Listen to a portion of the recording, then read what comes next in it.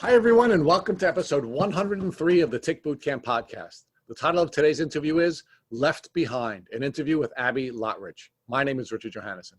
And I'm Matt Sabatello. So, Matt, we named this episode Left Behind because we interviewed this wonderful young woman who grew up in Old Lyme, Connecticut, and we were shocked to find out that she was not given the basic educational tools she needed to avoid getting sick from Lyme disease. And she's been sick since she's 7 years old. Rich, what's even worse is that when Abby went to the doctors in Lyme, Connecticut, and she had the classic symptoms of Lyme disease, they failed to properly diagnose her. What makes matters even worse, once she finally got a Lyme diagnosis, they didn't even properly treat her for Lyme disease. So, Matt, you'd expect that of all places, the birthplace of Lyme disease would be a place where you could first get the educational tools you need to avoid Lyme disease. And then you'd expect that if you did come in contact with Lyme, you would find doctors that would quickly diagnose you and quickly treat you so you would not have chronic Lyme disease. Well, that hasn't happened in Old Lyme, Connecticut, but I'm happy to tell you that I believe there is going to be a change coming out of Old Lyme, Connecticut, but I think it's not going to be the adults there. I think it's going to be young people like Abby Lottridge. And I believe that she's going to do what her Instagram handle suggests. She's going to kick out Lyme. Hey, Abby, and welcome to the podcast. Hi, thank you for bringing me on. We're really blessed to have you. So, Abby, can you share with our listeners where you live? I'm in East Lyme, Connecticut. East Lyme, Connecticut, which is actually very famous in our community because that's one of the communities where Lyme disease was first observed, correct? Yeah, it is. So how was it growing up in East Lyme, Connecticut? I actually really like it. I mean, it's kind of feels like the middle of nowhere, but you're surrounded by beaches, so it's a lot of fun. And everyone here is actually really into sports, and I'm really into sports. So I grew up playing like 5 different sports, I think, maybe more. And it's just a lot of fun here. I like it. So I'm wondering, did you, growing up, feel like there was a sort of cloud hanging over your community because Lyme disease had been first observed in your community? Not in my community, I would say. I feel like it actually was not really even talked about that much because I honestly didn't know that much about it till when I first got diagnosed. So it's like really weird that it was found here because it's not a huge thing here and you won't find a doctor here that does anything with it. So let's talk about that, Abby, because my impression as someone who grew up on Long Island, where the ticks that ultimately resulted in the discovery of the bacteria were discovered, it was a big part of my childhood. Lyme, at least not Lyme, but ticks and tick diseases are a big part of my childhood. And I'm wondering, did you learn about Lyme disease and were you taught how to do tick checks either from your family or in school or somewhere else? We were never really taught much about it. Like my parents did, I feel like what most parents do now is like when you're out playing in long grass for a little bit, they'll check you after, but it wasn't like every day or like anywhere, even though we have animals. I mean, we treated the animals, but it was never like a big thing and no one really ever talked about it here that I remember. Well, you just described yourself as an athlete in your community, as a community that seems to celebrate athletics. Did you ever have a coach or anyone in the athletic arena say to you, hey guys, gals, folks, you're now going to be coming in contact with ticks because you're playing outside and you're practicing outside and you're training outside? Were you ever urged to do regular tick checks to determine whether or not you had ticks biting you? Not that I remember. I mean, no more than like what parents usually do occasionally. Like we'll check you sometimes. So it seems to me that the only educational information you received about ticks, Lyme disease, and tick diseases generally came from the limited information you received from your parents. Mm-hmm. So now let's talk about when you first started to show the symptoms of your tick disease, Abby. How old were you when you first started to show the symptoms of your tick disease? I'm going to guess around 7. I remember it being early elementary school, and that's usually like 6 or 7 years old. Because I always had like leg pain, headaches. I was always tired. Those were the 3 main ones, which isn't like normal for kids that age. But I honestly never even questioned it till I started seeing my actual Lyme doctor. So now that I think about it, that's when it really started. So when did you first get diagnosed with Lyme disease? You said you started showing the symptoms at around the age of 7. When did you first get diagnosed with Lyme disease? It was around 10 or 11. I might have been just turning 11 maybe still 10. It's around that age.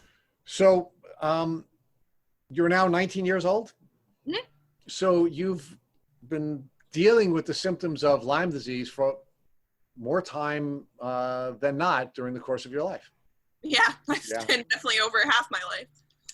So talk to us about what it was like to have the symptoms of your Lyme disease from when you were 7 or 8 years old all the way until today. How has Lyme affected your life?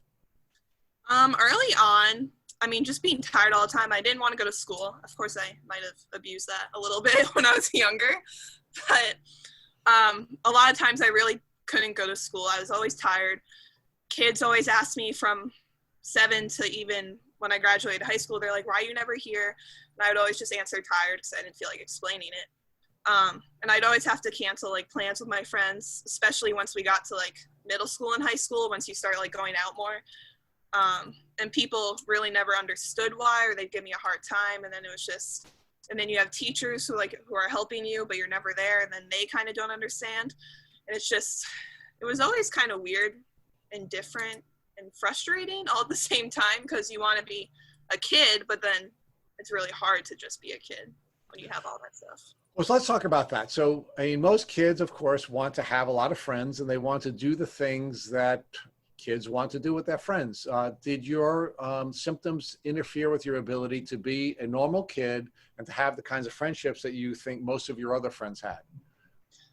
They definitely did, because especially the middle school age, once you start seeing them more, they can't comprehend it that much. So it's like you're never there, and then they don't really try to hang out with you that much because you're still so young. You're still like finding your friends.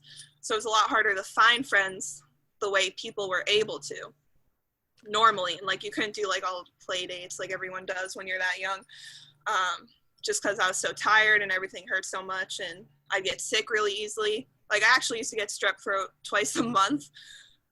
So I never really got to go out with them at all very often.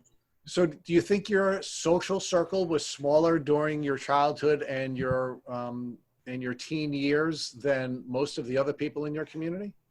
I think it was definitely smaller as a child, and it changed a lot just because when you're that age, you don't really have, well, I don't think at least here, you don't really have that set group yet till once you kind of reach late middle school, early high school. And then my friend group changed a lot till high school, but then I lost a lot of those high school friends. And then I kept a small circle that really kind of like didn't understand, but wanted to be there for me at the same time. So it's like I kept them, but then kind of lost everyone else because they like didn't understand or didn't really want to deal with it or any of that. So what kinds of challenges did you face in your social circles? Meaning, were people accusing you of being lazy? Were they accusing you of claiming to be sick when you weren't sick? What kinds of things did you have to deal with that most people your age didn't have to deal with? I think a lot of people didn't believe me. Well, that's might be partially my fault because I never really talked about it. I would just say like, oh, I was sick, or oh, I was tired. But that's kind of hard to believe when you say that every week, like every other week. So I think a lot of people had trouble believing me, especially in school.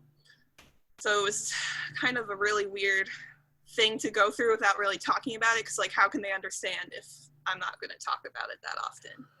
So let's talk about your teachers. You said earlier that you felt that some of your teachers got frustrated with you because you were often absent. What impact did your Lyme disease have on attending school, developing relationships with teachers, and of course your academic successes? In middle school, I actually, all my teachers, most of them except for a few, really got in a lot of fights with my parents, like emails and stuff, because I was never there and I couldn't get all the work done. And they were always like, she needs to be here, like she can't be out of school often. And then I also had 2 surgeries, which made me miss like months of school as well with the Lyme. So even my doctor said I can't be in school, and they were still like, she has to be here. She has to be doing this work. And my mom was like, she can't be doing this work. She's exhausted. She is not feeling good. It's like she has the flu all the time. And they would still like fight them, and they'd get in huge fights. But then once I reached high school, it like completely changed. My teachers were amazing in high school. They really understood. Well, I mean, they can't understand, but they understood that I couldn't be there. They would spend their lunches, their before and after school in my study halls. Every free time they had, they would spend with me, catching me up, getting me the work that was needed. And then they would exempt me from all the work that they thought I didn't have to do, which even included quizzes and some projects. They would say, like, you don't have to do this, like, you already know it. So they were extremely helpful, and I actually got really close with some of them. I'm in touch with all my high school teachers to this day too. So it's really cool to still have them around with me. And it's amazing to see like that difference between high school and middle school. Cause like middle school, you're a little kid, you would think they would want to help you more. Cause like you're more of an adult in high school, kind of handle yourself. But it's weird the change. Once I got to high school, it's like they want to do everything for me. Middle school was more like, you have to be here, you have to be doing this. And they were a lot harder on me, even though I was like a little kid, which is weird. So let's talk about your relationship with your parents. How did your Lyme disease symptoms impact your parents? They were definitely really frustrated, not with me, but with the fact that we couldn't get any answers. And we had people going against me all the time, and that we had people saying, oh, she's fine, because they knew I wasn't. And they would really get them really upset. And they were doing a lot of research. And then we'd kind of take it out on each other also, because Lyme causes a lot of like anger. And I've dealt with that a lot, especially at home. So then we get in fights a lot, and it's more like it's coming from their frustration of not being able to help me, but then my frustration of not wanting their help either. So it's like kind of like we're always kind of clashing, but then at the same time, you know, they just really want to help me, and that I'm just kind of tired of help at the same time, but also no, they're just trying to help me with it. So during the course of the time that you've had Lyme disease, have you felt any Lyme rage? And do you think that had an impact on the conflict that sometimes surfaced between you and your parents? Yeah, so that happens to me a lot at home. Like it never happened outside of my home, because I was able to do a pretty good job at containing myself when I was outside my house. But then I get home and it's like, it just like it almost explodes out of me just because I held it in all day. Like I had to talk to people all day. I had to do these things all day, and I was just exhausted. And the last thing I want to do when I come home is talk to anyone. And I just want to go up to my room and just close my door and just stay in my room for as long as I want. So then when they could just literally say hi to me, and I just have an attitude for no reason. But it's definitely affected us a lot with our relationship, just because I'd be so irritated, very easily irritated, and they wouldn't fully understand why, just because they can't. Like there's no way unless they had it that they can really understand. So it really caused a lot of clashing between us, especially because I'm also a teenager. So Right. there's that too. Oh, and I know all about clashing with teenage daughters because I had 4 of them. So it's, thank goodness I didn't have to have Lyme rage on top of just regular father-daughter challenges. So tell us about how you're able to manage your Lyme rage when you're not at home. I don't know how I do. I think just because I don't want to upset anyone, and I kind of understand that they don't get it, and I just want to try to be as nice as I can to people outside of my home, which doesn't make a ton of sense. You'd think I also want to be nice to my family, which I do, but like I'm with them all the time, so it's like easier, I feel like, for people to take it out on their family versus people outside of your home, because you don't, like, you know them, but you don't want to like be rude to them. You don't want to be rude to anyone, really. So it's like I try to just remind myself that I'm out of my home. I don't want to be rude to these people for no reason, and they're my friends and I love them, so I'm going to be nice to them. So one of the things that I'm taken aback by is that it sounds to me that the educational system in Old Lyme, Connecticut does not have any educational training for teachers or for students about Lyme disease. And because of that, many of the young people like you are getting sick when they shouldn't be getting sick. But in addition to that, when they do get sick, their teachers don't know how to properly interact with the children who are sick from Lyme disease. And that makes your situation even worse, resulting in some cases in frustration and fights at home because you just don't have a group of people who you'd expect would understand you, not understanding you. Yeah, exactly. It's crazy because like teachers really, you don't learn about it at all in school unless someone has it. So they just don't really know how to handle it either, which is why I was so shocked about how amazing my high school teachers were, just because middle school was so bad except for a select few. And it's just really weird to see that difference. So I don't know if my high school teachers were just way nicer, or if they knew a little more about chronic illnesses, or if my middle school teachers just had no idea and they just didn't have the patience, or it's because kids that age also tend to fake some things to get out of school, definitely around that age. So maybe it was more from that, thinking I was doing that just because I was so young. And then once I was in high school, I could advocate for myself and they really believed me because like I'm an adult now. So it's like. So Abby, you've been seeing doctors for almost your entire life. Mm-hmm. Talk to us about the first doctors that you saw when you had the symptoms when you were around 7 years old. So when I was 7, I didn't really see any doctors around that age until I got that 105-degree fever, just because it was only leg pain, like exhaustion and headaches and like some pain. So it was like I never questioned it. We really honestly thought it was just maybe growing pains or like any stuff like that. But then once I got that fever and everything got way worse, that's when I saw the first doctor. And they said, oh, you have the flu. But then, of course, the fever went away after a week and nothing else did. So then my parents were like, something's definitely wrong. And we went back and then they fought a bunch. And then they finally said, okay, we'll test her for Lyme, actually. And that was my primary care doctor. And then came back positive and they just did doxy for 2 weeks. And then they said, she's fine. And then it kind of just dropped for the next little bit. So Abby, did the fever get better? And did all the symptoms that went along with the fever go away after the 2 weeks of doxy? No, nothing really changed. I mean, the fever went away before I even started the doxy. They wouldn't even look into Lyme until my fever went away because they were like, oh, it's just the flu. So when I took the doxy, all it really did was make me feel really nauseous and sick, but it really didn't make anything go away. So there were no positive impacts that you can remember that the doxycycline had on your overall health? No, not at all. And even my parents were like super frustrated and went back and fought with the doctors about it. They're like, that did nothing. Nothing has changed. Like there has to be something else. And they were just like, oh, she's just growing. It's okay. And Abby, this is when you were about 11 years old, correct? Yeah. But you were experiencing symptoms since you were about 7 years old that started from strange symptoms that you developed as a young child, right? Yeah. And now that your parents realize you've developed these additional symptoms and the doxycycline didn't help you, I'd imagine that they were even more frustrated and pushed back against the doctors even more. So what happened next after that when the doxy didn't help you? After that, I think I remember they started doing a lot of their own research, trying to figure it out. And then it was more about just like trying to find a doctor that would listen and do what I needed.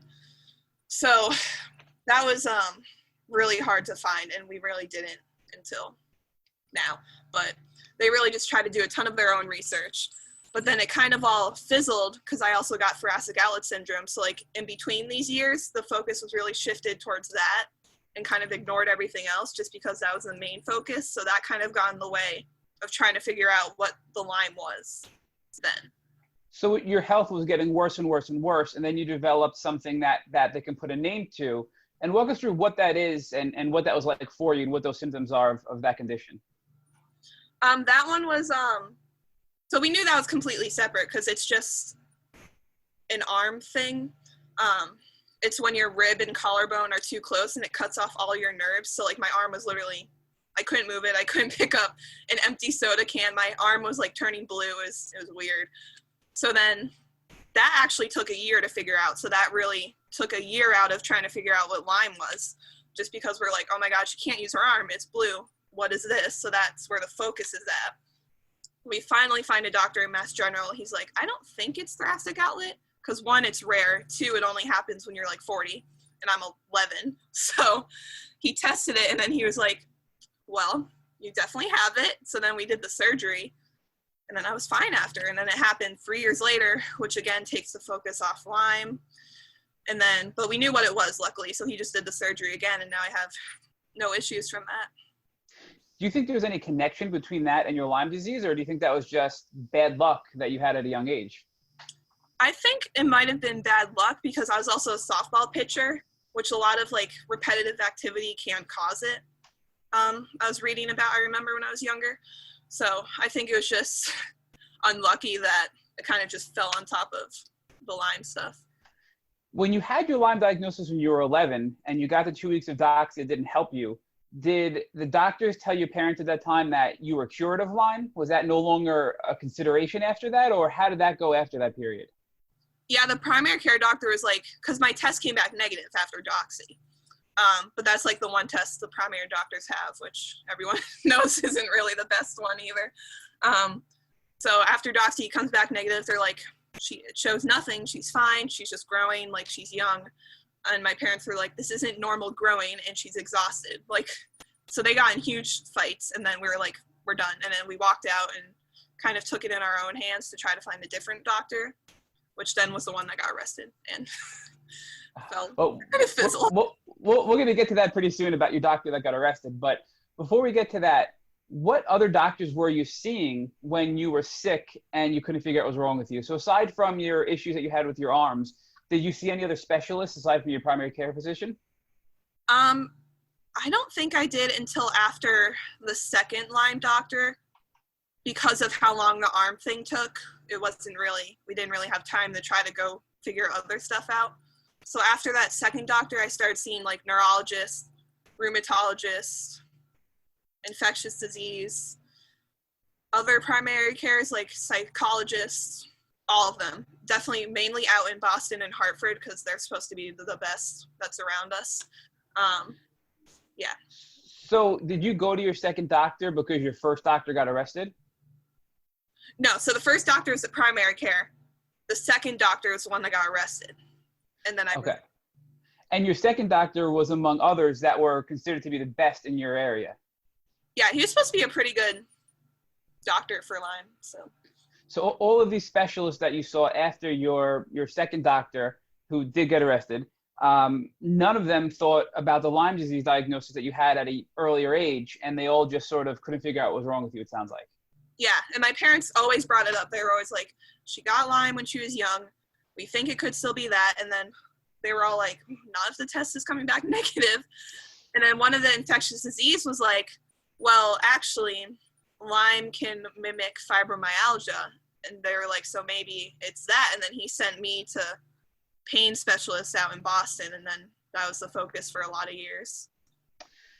So despite the fact that you had Lyme in the past and now you're seeing specialists, and despite the fact that you live in Lyme, Connecticut, where Lyme was discovered, none of these specialists in the best area where you live thought that you could possibly have Lyme because the tests are coming back negative.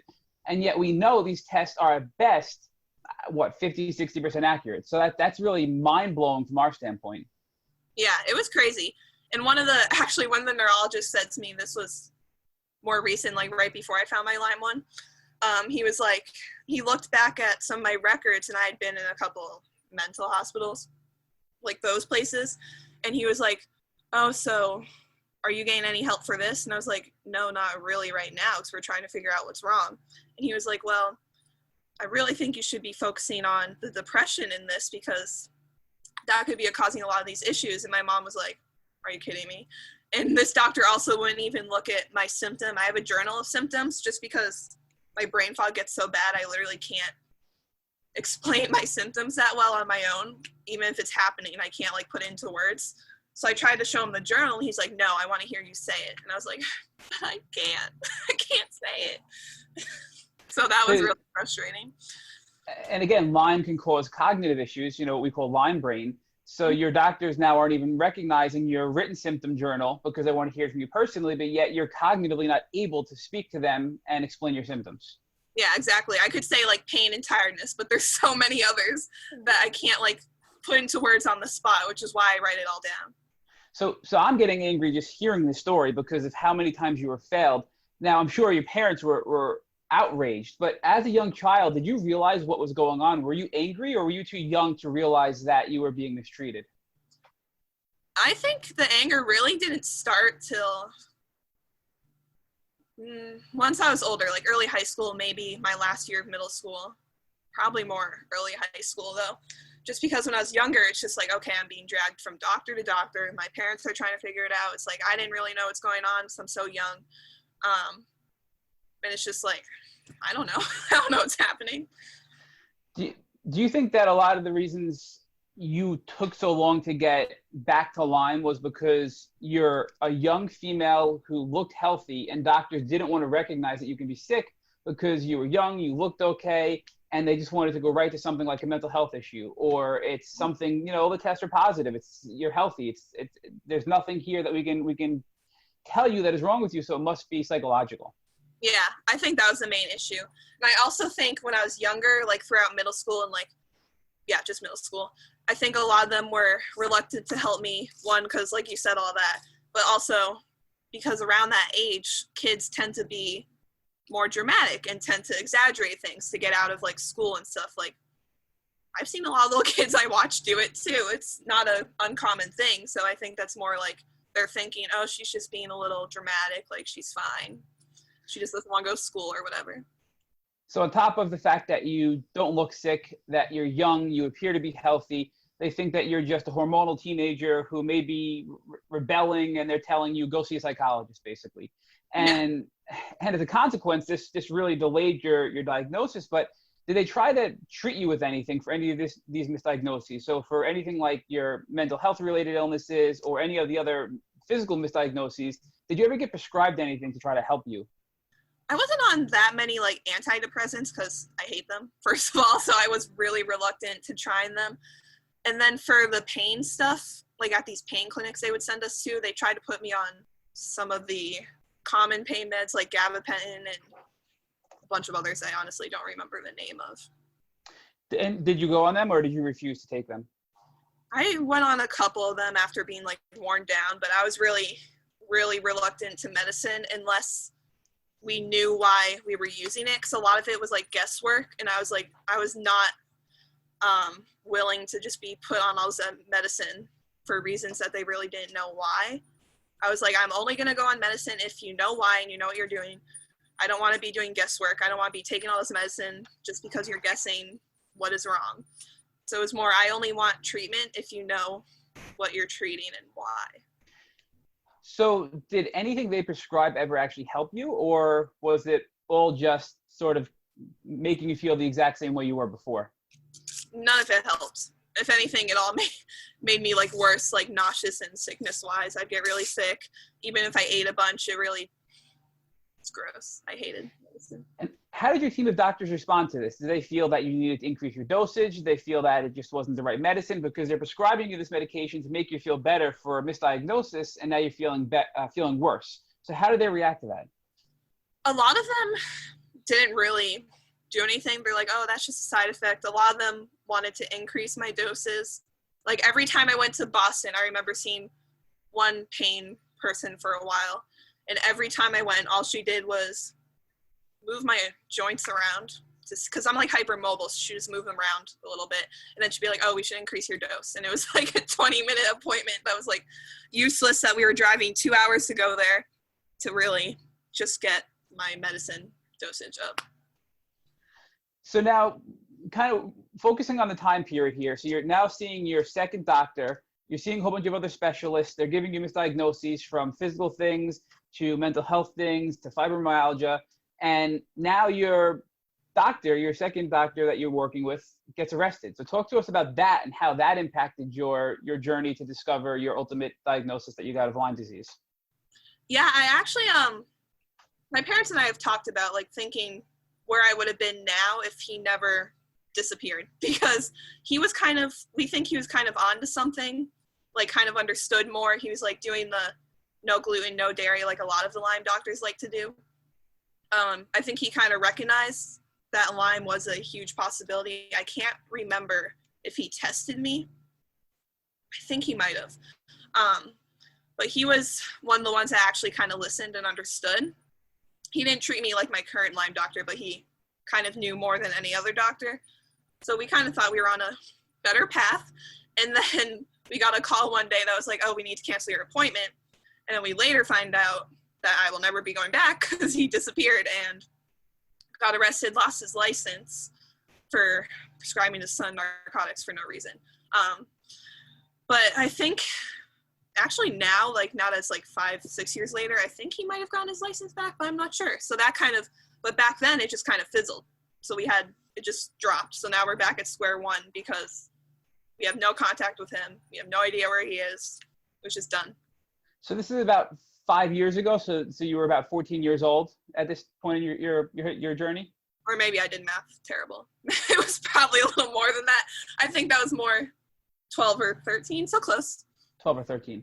So now you're 12 or 13, your main doctor now is out of the picture, your specialists aren't helping you. What do your parents decide to do next? Because you're still pretty young, your parents are trying to help you feel better. What are their next steps to try to figure out what's really causing all your symptoms? Now it was like these were the years of going to all those specialists, getting the fibromyalgia diagnosis, the mental health ones, like really focusing on just that. So Lyme was kind of out of the picture for a long time, especially because I had to get the second surgery again when I was 14. So it was more just going to all these doctors in Boston and Hartford, taking breaks at times because we just weren't getting any answers up until probably halfway through high school. Yeah, it was just guesswork. So it was really just fibromyalgia and mental health related illnesses, aside from your surgeries, up until about halfway through high school. Yeah. And what happened when you got halfway through high school? Was there some sort of epiphany? Did you have some sort of revelation with the doctor, or was there something else that happened? So my mom worked with a different primary care doctor, or more of her place is called Whole Self Wellness. It's more of like a holistic kind of thing. So she became our new primary care doctor. So then I went to her and we did a Lyme test again, and it actually came back. I think it came back positive again, if I remember correctly. And then but at that time, like I'm a little older now, I'm starting to understand. We were still a little unsure. So at that time I was more in the angry stage of like, I don't want to do any of this. I'm sick of seeing doctors because I'd seen them so many times throughout my life. So I was like, I don't want to do this. I don't want to take this medicine. I am done with it. I don't want anything to do with doctors or treatment. So I was very reluctant once we saw that third doctor. So not a lot was done there just because I didn't want to do it because I was annoyed. So now you're about 16, you're halfway through high school, you go to this holistic doctor that your mom recommends, and you have a positive Lyme test. And did the doctor urge you to get treatment for it? Or, it sounds like you didn't want to move forward, but what were your parents saying? Were they pushing you to get treatment and you were refusing? Because it sounds like you finally had an answer again, but yet you didn't want to take action on it. It was more she was going to treat me. I wasn't going to be going anywhere. She had a couple, like CBD, like some of the liquid herbal stuff that I was going to do. I think that was it. And to me, I was just like, what's that going to do? Like, it's just some herbal stuff. I don't want to follow another medicine thing. So I'd been on a ton of medicine since then from those other doctors that kind of made me. So it was more, I did have that answer kind of, but we were still kind of unsure. And I think I was just super frustrated and reluctant to doing any of it. From my past experiences with all the doctors, I was like, I want nothing to do with it. And then my parents were pushing me to do it, and that just got me more annoyed because I'm a teenager. And so it was just a kind of a disaster around there that time. So your parents were urging you, but yet ultimately they left the decision up to you, and you chose not to proceed with any sort of treatment from this natural doctor for your Lyme diagnosis. Yeah, I did. That was something I was really reluctant for a little bit, just because I was kind of just coming off all the doctors I had been seeing for so long, and it was just more frustration. I couldn't see past that frustration. It was just crazy. So walk us through, here you are, you're 15, 16, what type of symptoms you're having and how they're impacting your life. So obviously you mentioned earlier you couldn't do certain things that other kids your age could do when you were even younger. So how did things progress and worsen by the time you were 16 and have an impact on your life? As I got older, it's just like the pain got worse. I started seeing a lot more of the neurological symptoms of that side of the Lyme. I started not being able to go to my practices as much as I used to when I was younger, which I didn't go to all of them then either, but it got a lot harder. I stopped going out with my friends as much. Everything was starting to come down to an end almost up until now.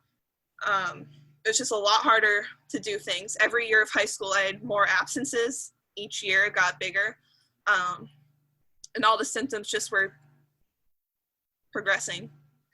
And around this time is when you had the Lyme rage as well, I believe. So this is when your Lyme rage was sort of starting to pick up and really get pretty bad with your family, right? Yeah. Can you walk us through in detail some of the neurological symptoms you're experiencing? Because many Lyme patients experience a wide range of neural symptoms. So which one specifically were you experiencing? There's quite a few of them. Two of the weird ones I find I think are really weird. It's like, it's not quite Bell's palsy. It's like, that's when your face, like, it's like half of it you can't move. I could still move it, but it would be like, it's always my right side and I can't see out my right eye. So then it's like, I only have vision out my left eye. And then it's like, I can't feel the right side of my face, but I can still move it. So it's not quite Bell's palsy, but it was really weird. Cause like, I can't move it, I can't see. And it just feels like when you touch it, it's almost like when you kind of lose feeling, but you can kind of feel it, like that weird light touch you can feel. It's hard to explain. It was weird. But Abby, we totally get that. I've actually experienced that as well, and many of our past guests have. So was your pain worse on your right side? Because you mentioned that the right side of your body experienced many of these neurological symptoms. Was your pain also worse on the right side of your body? I don't think the pain was worse. It was more just like the neurological was happening more on the right side, except for one of them. The neurological, or I would think is neurological, was like my whole body. It would be like, I'll just be walking or doing something, and then all of a sudden, like, I can't see, or I can see out of a very small hole, like right in front of me. And then I can't feel like my body, or I can like feel it, but I can't feel it because I can't like walk. And it feels like a ton of pressure. So it's like someone's like squeezing every part of my body, and then I just can't move. And then I have to like sit down and like super dizzy. And that one's a really weird one. So like comes out of nowhere and then it goes away after like a few minutes. So that one is like a whole body thing. Everything else has been like on the right side.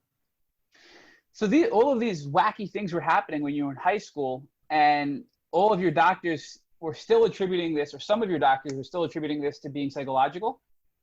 Yeah, mostly psychological, and then others were fibromyalgia. But because I had the fibromyalgia diagnosis, they're like, oh, this is psychological, because like no one really does that much for fibromyalgia at all. So that was just. So were you able to eventually graduate, or did the Lyme have such an impact on you that you had to not be able to proceed with your high school education? So luckily, I was able to graduate. But if I didn't have the teachers and the guidance counselor I had, there's no way I would have. Because by senior year alone, my absences got up to 300, over 300 classes missed. And that's definitely over half the school year. I don't know how it would work. Because the way it shows your absences is like how many you're absent from each block. So mine added up to over 300 from all the blocks put together. So all 8 classes. So however that math works. I don't know how much like school that is, but it's way over half what's allowed. So attendants would always call me to their office, give me detention, tell me if this keeps happening, like something's gonna happen, like can't graduate, whatever it was. But my guidance counselor really advocated for me, and since she had power over attendance, she was able to get me out of those situations. All of my teachers would send in their opinions and be like, she doesn't need this, she has good grades, she gets her work done, she does well. And they were honestly exempting me from like over half the stuff, so I really didn't have to do that much. But they all kind of like were a support team and like really stood up for me and told attendants and like supervisors like she doesn't need to be held back, she doesn't need to be punished, she doesn't need to not graduate, like she's doing fine in school. So they really supported me there and were able to get me to graduate. And if I didn't have that, I don't think I would have. Did your parents have to advocate for you as well? So were they calling the school to explain what was going on at home and your health issues? So is that another piece of it that helped you get through, you think? Yeah, that gave my guidance counselor a lot more info aside from me telling her. Because, like, she'd hear it from my parents, and my parents would get so frustrated. They'd call her and be like, why is attendance giving her detention? We know she doesn't need it. We know it's not her fault, all this stuff. So that really helped my counselor be able to support me even more, because then she'd be able to have that evidence or whatever for attendance and be like, she does not need to be punished this way. And it really helped them understand more as well.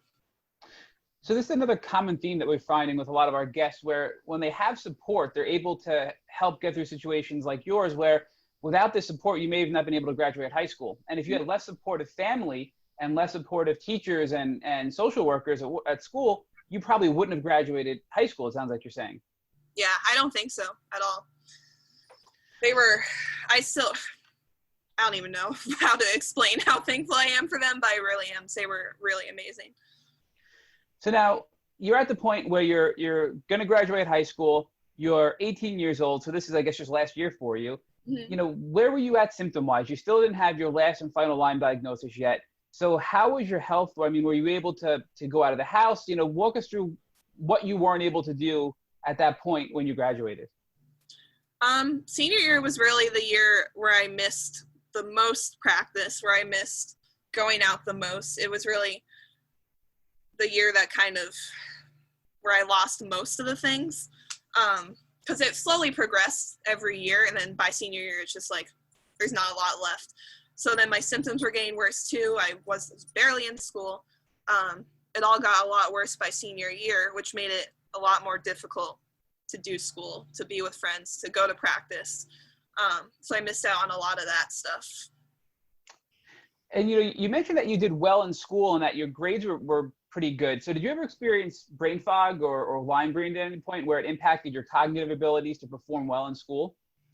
Yes, and the only reason I came out with good grades was because my teachers exempt me from so much, and I wasn't the best at tests. The ones I were good at were like science, math. That was like the only thing I could wrap my head around, because it was like you're working it out in front of you. You don't have to remember anything. You have the formula sheet right next to you. It's not a lot of memory. It's just like doing it on the paper, like writing it out. So that was really the only thing I could wrap my head around. Everything else, like anatomy, history, I did not do well on tests. It was super hard to grasp that information. But because they exempt me from so much and really helped me with all the classwork and homework, that kind of balanced my grades. So like the homework would bring it up, the classwork would bring it up. The test would kind of bring it down, but I had enough on the classwork and homework side to kind of keep my grades up. So looking back at your high school career and even your middle school career, was there anything that helped you feel better that you can tell our listeners to give them a piece of advice when they're going through the throes of Lyme disease and the symptoms of Lyme disease that may have had a positive impact on your health and you weren't sure why it helped you? Physically, I really can't think of anything, but mentally, to get through school, the thing that helped me most in high school was that I was really, like I tell my followers this all the time, was that I was really honest and open with my teachers. I wasn't with any friends or anything because I was uncomfortable with it.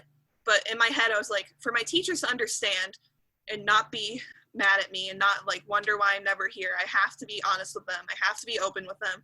I have to tell them what's going on, or else it's going to seem like I'm just one of those kids that never wants to come to school and it just doesn't care about schoolwork. So every time I was absent, I emailed them.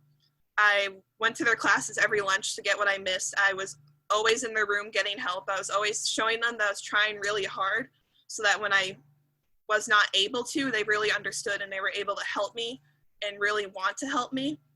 So like one of my teachers actually said to me when I was talking to him one day, because we were really close, he was like, if you weren't such a good, hardworking person, it would be a lot harder to want to help you. Because he was like, we would have to, but it would be a lot harder to actually want to. Because right now we really want to.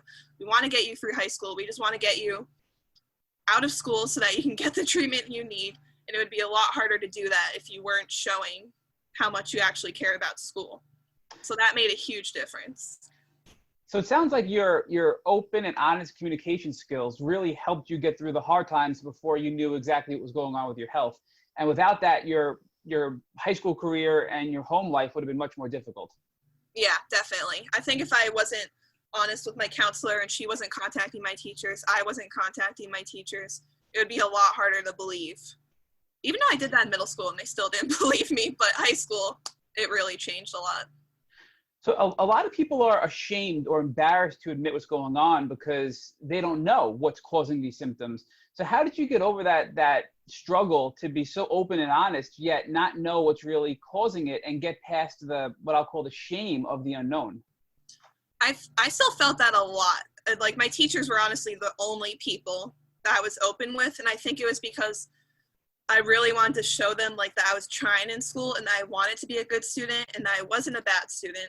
I wasn't missing school on purpose. So in my head, I was like, I just have to get past that part. Like, I can keep it from everyone else, but my teachers are the ones who really need to know if I want them to believe me, if I want them to help me, if I want to be able to get through high school. I really just need to be open with them. And I wasn't doing that myself. Like, my guidance counselor, I went to her a lot and we got really close over 4 years, and she really helped me by contacting my teachers, setting up meetings each year with all my teachers where we would kind of all come together at once and talk about what I needed and then talk about how they could help me. So it was really a lot of communication through her, like me to her to them, but also me to them. And I just kind of got over the shame part because I was like, I'm not going to get through high school if I don't get over it. So I just kind of forced myself to because I wanted to get out of high school. So it seems like the two biggest takeaways from your story so far are you have to embrace your support circle, meaning embrace your family, embrace the teachers that wanted to be there to support you, and also be open and honest with those that you need to be, because it sounds like you really couldn't with your peers and your fellow students, but because you were so open and honest with your support group, you were able to get through high school and to get through a very difficult time in your life. Yeah, exactly. I was only open with the ones who obviously needed to know. Like, everyone else, like, in school would be like, why are you never here? Or like, she's never here. Why? Like, she doesn't have to do all this work, blah, blah, blah. I would just kind of ignore it and just be like, I don't know, I'm sick, I'm tired. Or just be like, I had the flu, I would always say. Or just that I was tired, I didn't feel like coming, and kind of play it off as like a joke, just because I really didn't want to get into that conversation ever. So everyone else was like that, but the teachers, I was like, I have to. So you finally graduated. You still have no idea what's going on with your health. You're feeling worse and worse and worse. What happens shortly after your graduation? Walk us through your life at that point and your health at that point. So that was kind of crazy because I really wanted to go to UConn, and the way I got into UConn was through D1 rowing, because I had a good erg time. Rowing was really difficult. It put my body through a lot, and I missed a lot of practice, and it was not the best for me, I don't think. Mentally, it was great because it was my friends and stuff. It was fun. But like physically, it was super hard. I felt a ton of pressure because I did really well. So it was like, I have to do it, and then it would knock me out for like ever. So then I ended up getting that scholarship to UConn. So I'm like, oh, I'm off to UConn. And like the first day of practices, I was like, this is not going to end well. I cannot keep up with this. I wasn't sleeping. I wasn't eating. I was not even going to class. I was literally only going to practice. And I was like, this is the only way I got in. I have to stay. And then I was like, I can't do it. This is not going to end well. And after maybe a couple weeks, I texted my high school counselor and I was like, I cannot stay here. And then she immediately was like, this is not a good idea. She looked everything up, figured out how to get me out, like how I had to cancel my admission. She did all that for me. I went and did it. She called my parents. It was like I was her student again. It was kind of funny.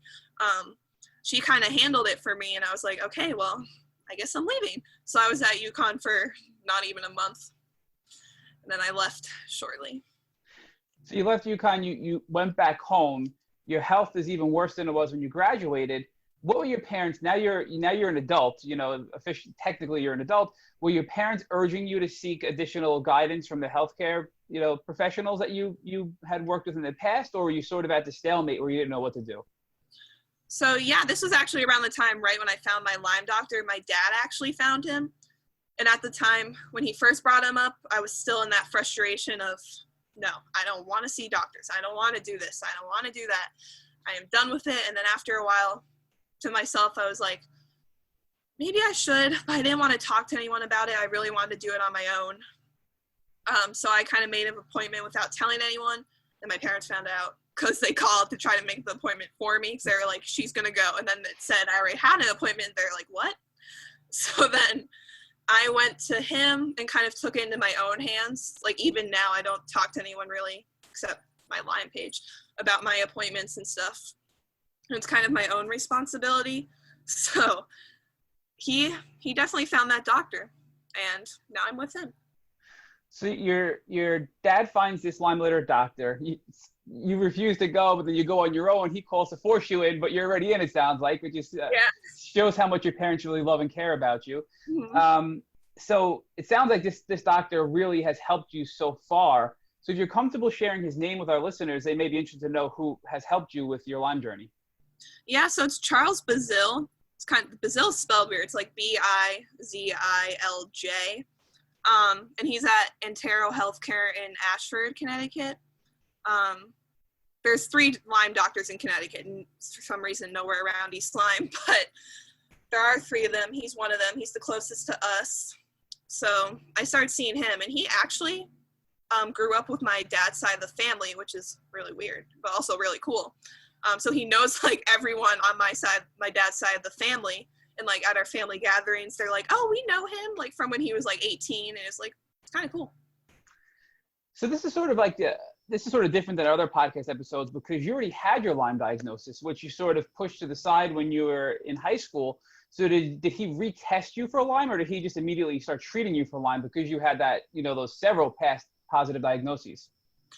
So actually when I first saw him, I kind of blocked out a lot of I think my brain just blocked out without me even realizing a lot of the doctor stuff. And I think my brain fog, actually, I totally even forgot to mention that the doctor that got arrested, because I honestly completely forgot until my dad reminded me and was like, you actually saw this doctor? And I was like, what?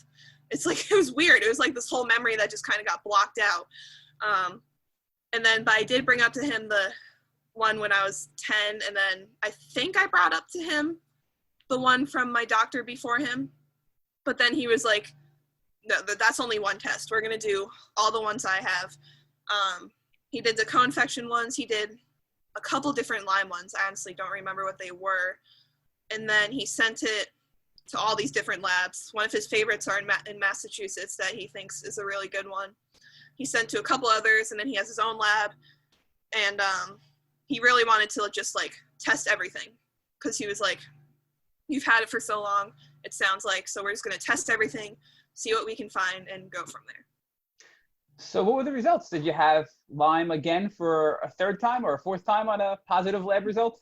Yeah, so that one came back positive. I guess one of the bands he was really focused on was what's it called? IG39, I think. Okay. It's 39 or something. And he was like, that's one of the ones that's if you have that, you have Lyme. There's no question about it. It's one of the main bands that you really want to look for. And then so that came back. I had some of those bands positive. I don't really remember. I just remember the 39 one because he was so focused on it. And then Mycoplasma came back. He was my levels for that were through the roof. And he was really shocked because of all my symptoms. He was like, I don't know how you didn't come back positive for more co-infections, but then he's also like, I'm not going to rely on that because you can't always get it back positive. So he is also convinced that I have Bartonella as well, just because I have those stretch marks.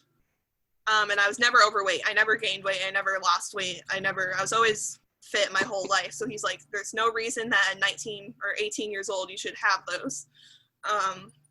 And then I also have a lot of the specific symptoms, which honestly I can't remember, but I know one of them is at the pain at the soles of the feet.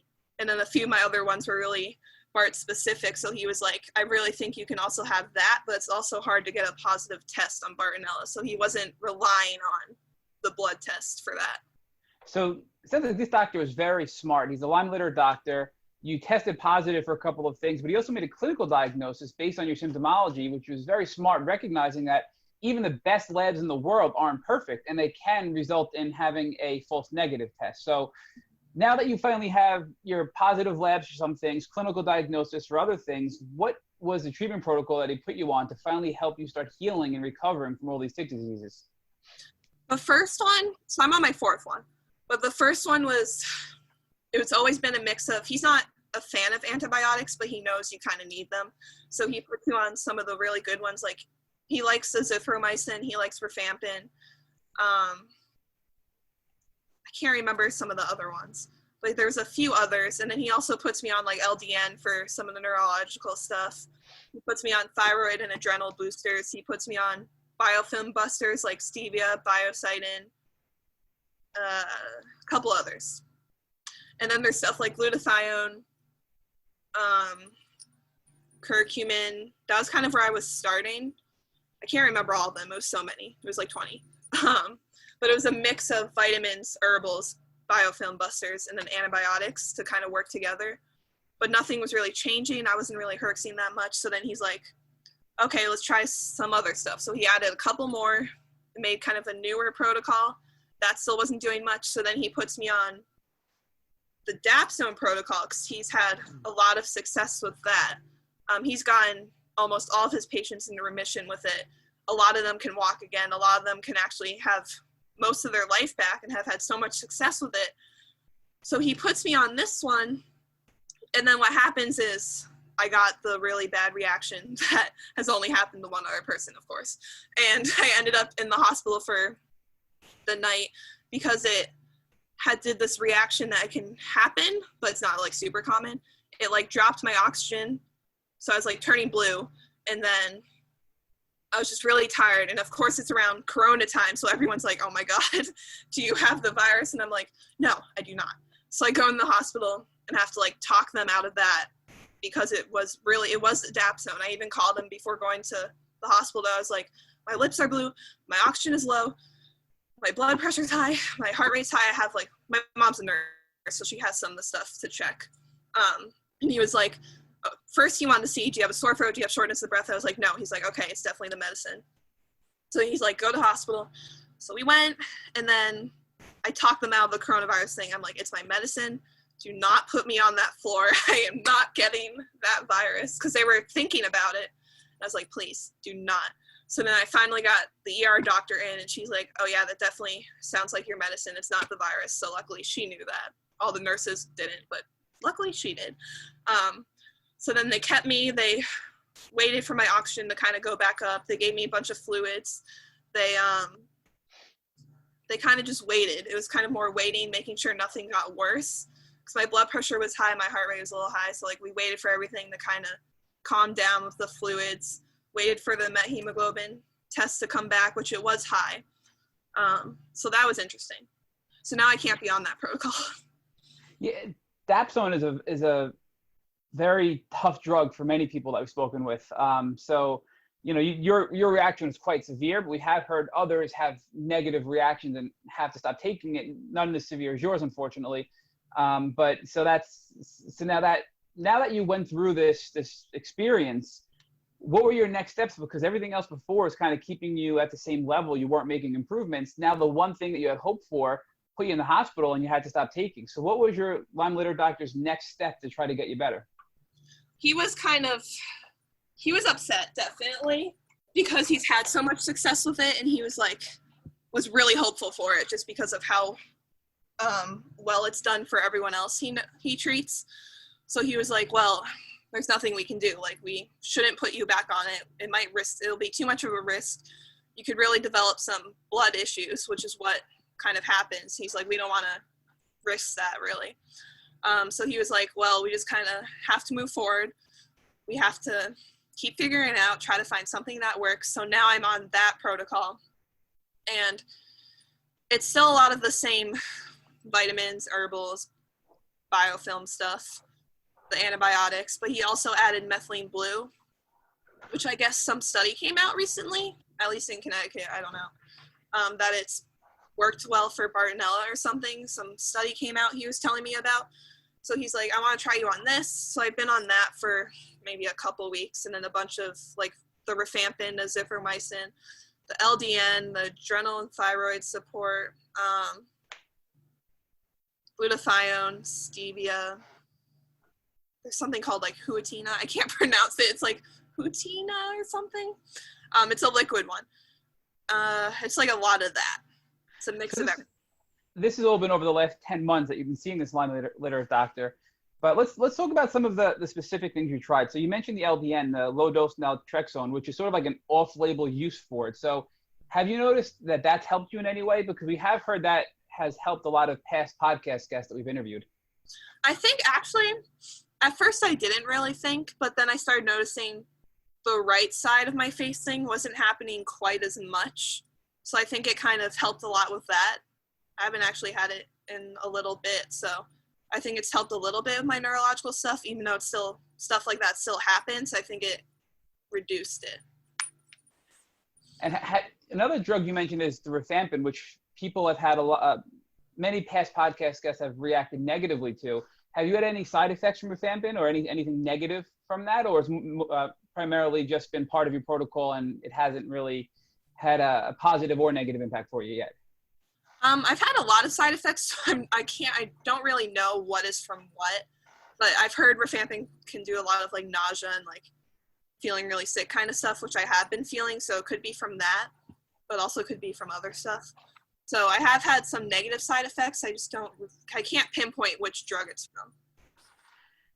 So did you try any other treatments throughout this last 10 months? I think we had mentioned off air before this that you had tried red light therapy. So can you walk us through what that is and if you feel it worked for you in your specific Lyme disease case? Yeah, so there's a clinic by me that does, it's actually all three of the stuff I think that I put on there was the red light therapy, the sauna, and then the Normatec boots. It was like a package. But I haven't done it in a long time, so it's $500 a month. Or like every time you do it, if you don't do the $500 a month, every time you do it, it's like over $100. So it's really expensive. But when I was doing it, the red light therapy is supposed to, I think it's just supposed to reduce your pain. And you just stand in between these like walls and it has like the red light come out and you just stand there for 10 minutes. And then it's supposed to reduce your pain a lot. And then they send you into the sauna right after. So you have like your own room with the red light therapy and then you go into the sauna for an hour. And then, well, that's after the Normatec boots. So those really were just kind of detoxing and trying to get some pain relief. And then the Normatec boots were just to help pain in my legs, which I really like because they're really big and they like massage your legs. They're really cool.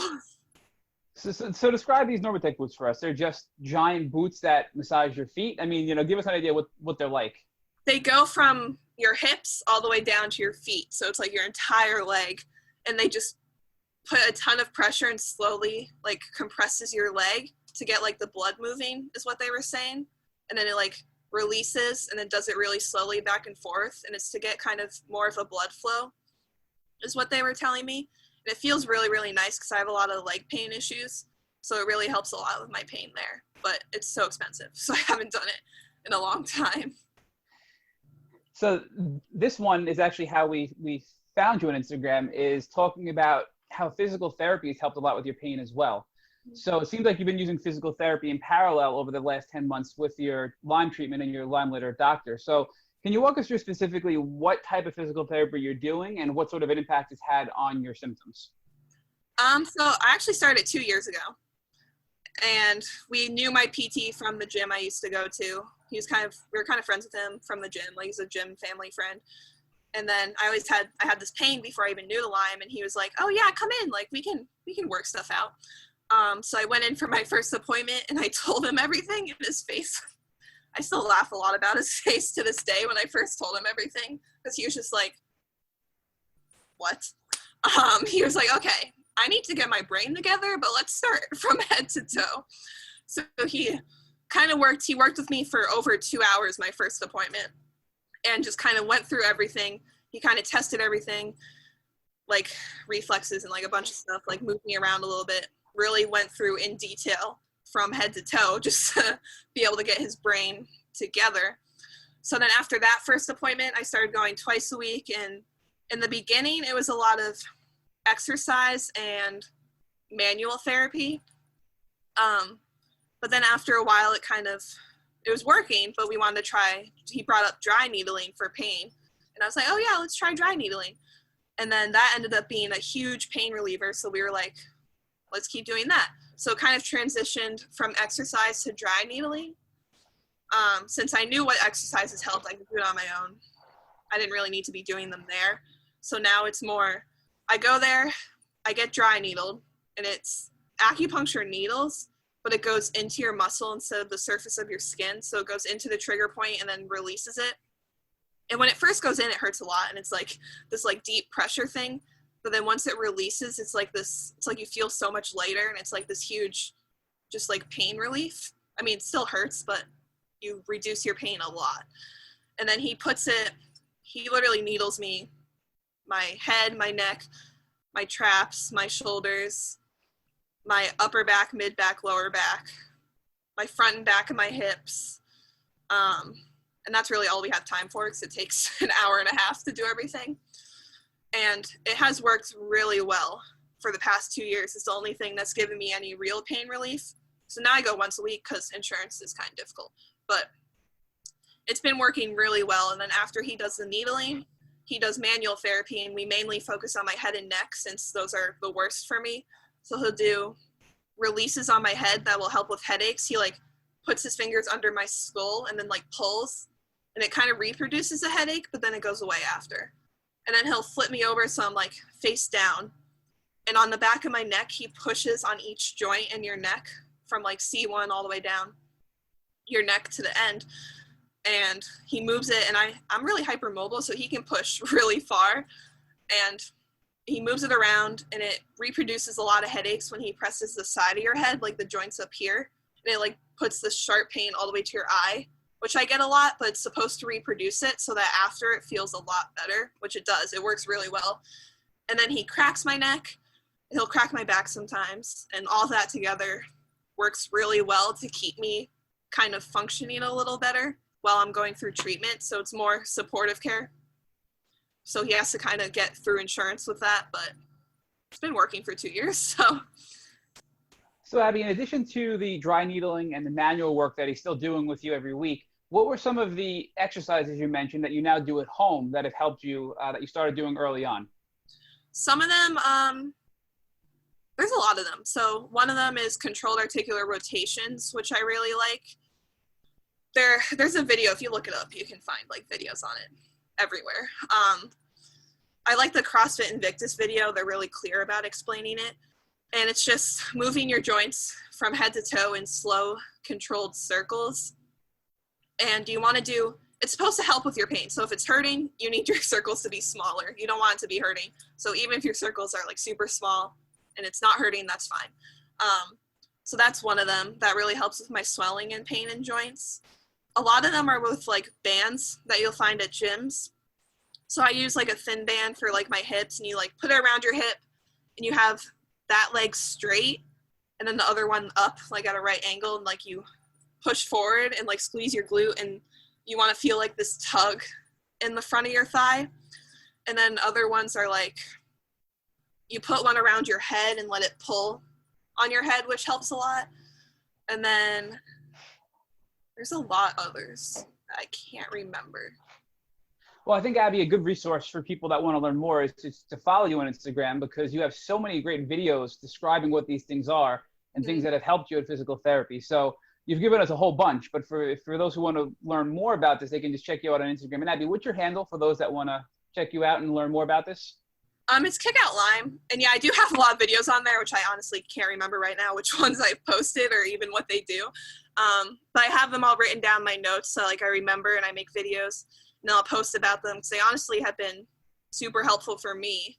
And they're really light. So for people who can't like do a ton, they're not like crazy. It's more like sitting in one spot and just doing it slowly.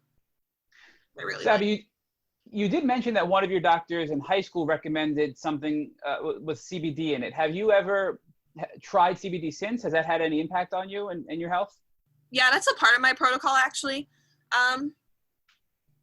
I haven't noticed a difference really with CBD itself, I don't think, that I can think of. Maybe it reminds me a little bit. Is it a CBD like under the tongue drop? Is that what you're taking? Yeah. So one of the last things that I want to ask you about is the Theracane, which just to me looked awesome. That's the first video I ever saw of yours, actually. So can you walk our listeners through what the Theracane is and how it's helped your health? The Theracane I actually also found from physical therapy. Almost everything that helps me has come from physical therapy. It's like this, it's a cane, and it has a ball at the end of it. It's like a curve, kind of looks like half a pea almost. It has a ball at one end, the ball at the other end.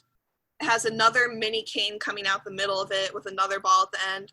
And then it has two balls like at the top, which is meant for the back of your head, kind of like mimicking what my physical therapist does. And it's like dry needling, but without needles. It's for like trigger points. And you push, like you choose whatever knob fits best, I guess, wherever you're trying to reach. And I use it and I push like super hard on the area that hurts, and it hurts a lot. But the harder you push, it'll eventually release that trigger point, and then you feel it almost like flatten. It's really weird. It's like you can feel like just the release, and then it flattens, and then you feel a lot better, and it really gets rid of that tight, like achy feeling in like certain spots, and I love it. I use it all the time. So I know that many people, including us, have reached out to you about where they can buy the Theracane. So is there a link in your bio on your Instagram for those that are interested to learn more about purchasing the Theracane in addition to the videos you have on your Instagram? It's on the link in my bio, but I did make a post about it earlier on. It's on Amazon. If you just search Theracane, it comes up, and it's this blue one, and it says it's for fibromyalgia. That's the one I bought. So if you like search Theracane fibromyalgia on Amazon, it comes up, and it's only $19. Which is really nice. What we'll do, Abby, is we'll put the link in the show notes. So when for those who are listening to this podcast episode, they can look at the link in our show notes to see the specific Theracane that you use, Abby. Yeah, I love it. I bring it everywhere. So although it's only been 10 months, it seems like you've done so much with this Lyme later doctor and your physical therapist. So give us an idea of where your health is today and what your plans are for the future. Right now, it's weird because PT is so helpful, and I'm super grateful for him because he's been so helpful. He fights my insurance and words it in a way so that I can keep seeing him. And he's been a huge support either mentally and physically. So he has helped me so much and really keeps my pain under control.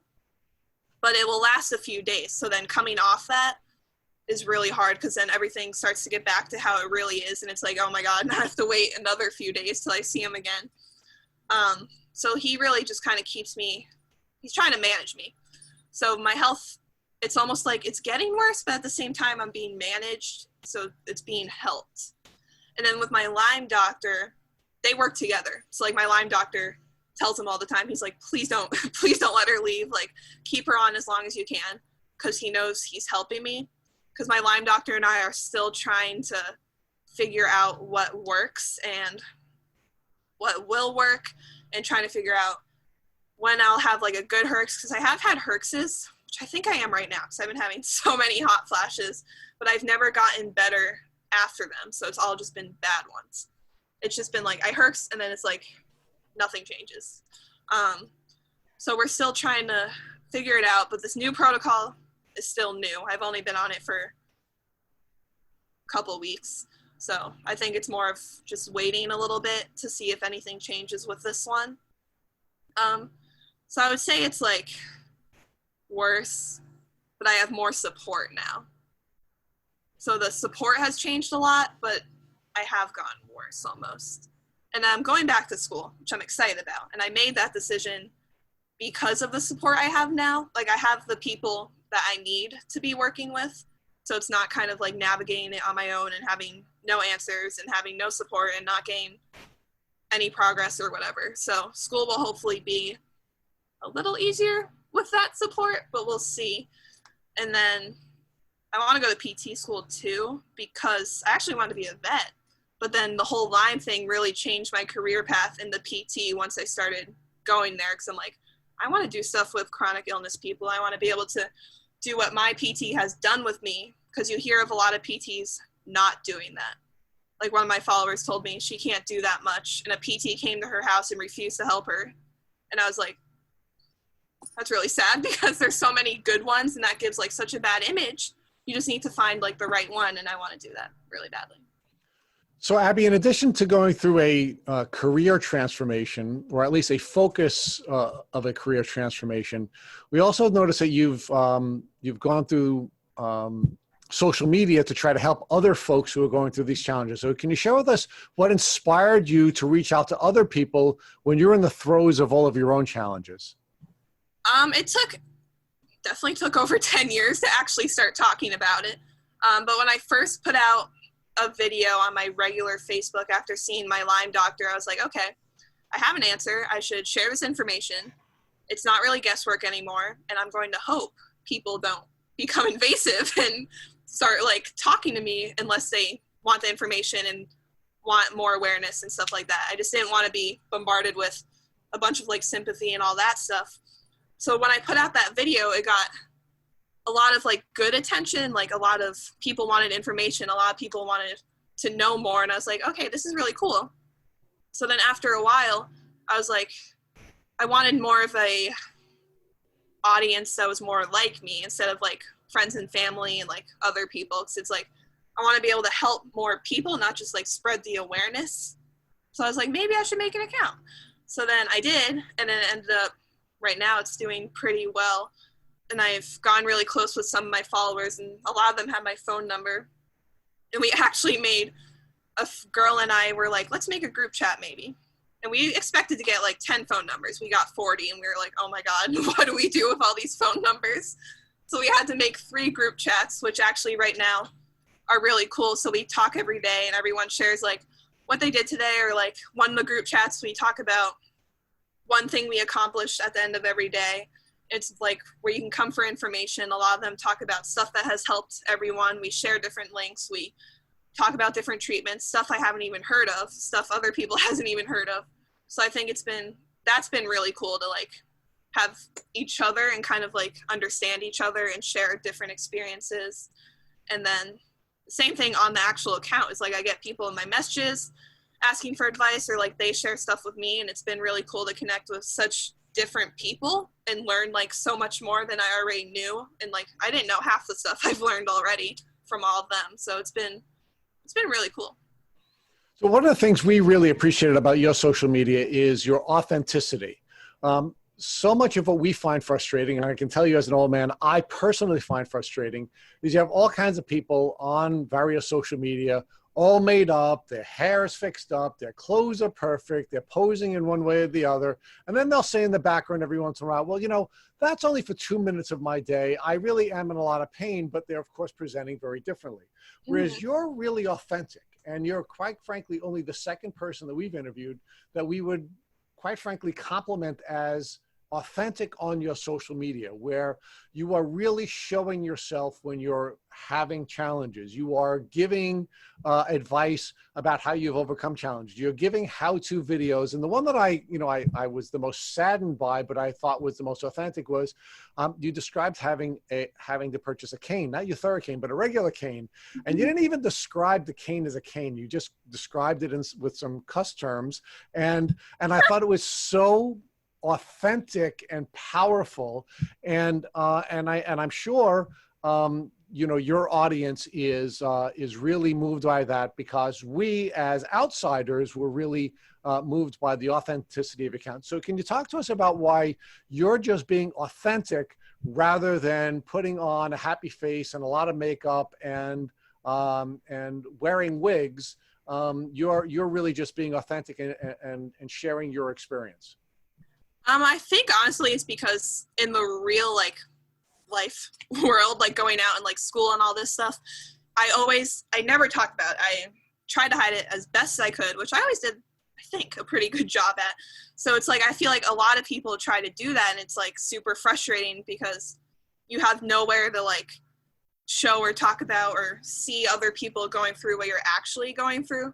So like I don't want to be posting all positive all the time. I don't want to be posting like, oh, this is what I did today. Like, I felt great, did all this, did that. Because, like, that's not my life. That's, like, a fraction of it, a very small fraction of it. So it's like, why would I share what barely is my life when everyone else is going through exactly or like similar to what I am going through, and they probably feel like weird about seeing all these like positive posts and being like, wow, am I the only one that's feeling this bad? And it's like, no, you're not, because everyone is. They just don't talk about it as much.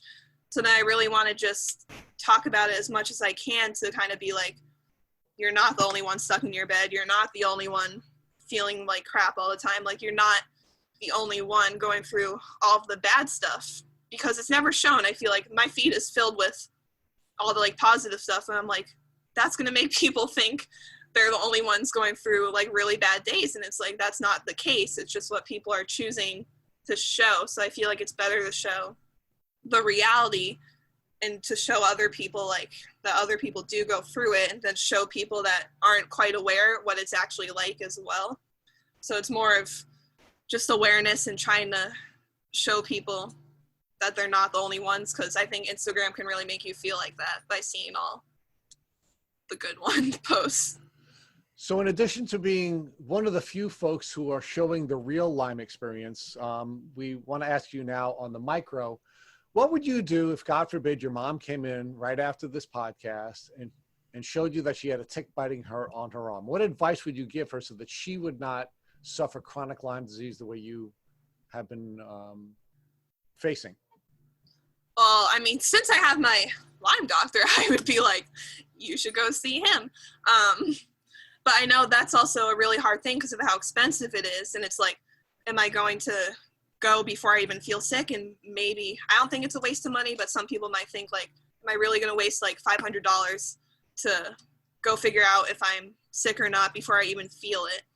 So, I mean, if she was willing to, then sure, I would want her to go there. But if she wasn't willing to, I'd be like, okay, maybe like wait a little bit. If you start feeling anything different, then you have to go, like anything at all, because you're not going to get any answer from the regular ones. Thank you for listening to the Tick Bootcamp interview with guest Abby Lottridge. To our listeners, we have a call to action.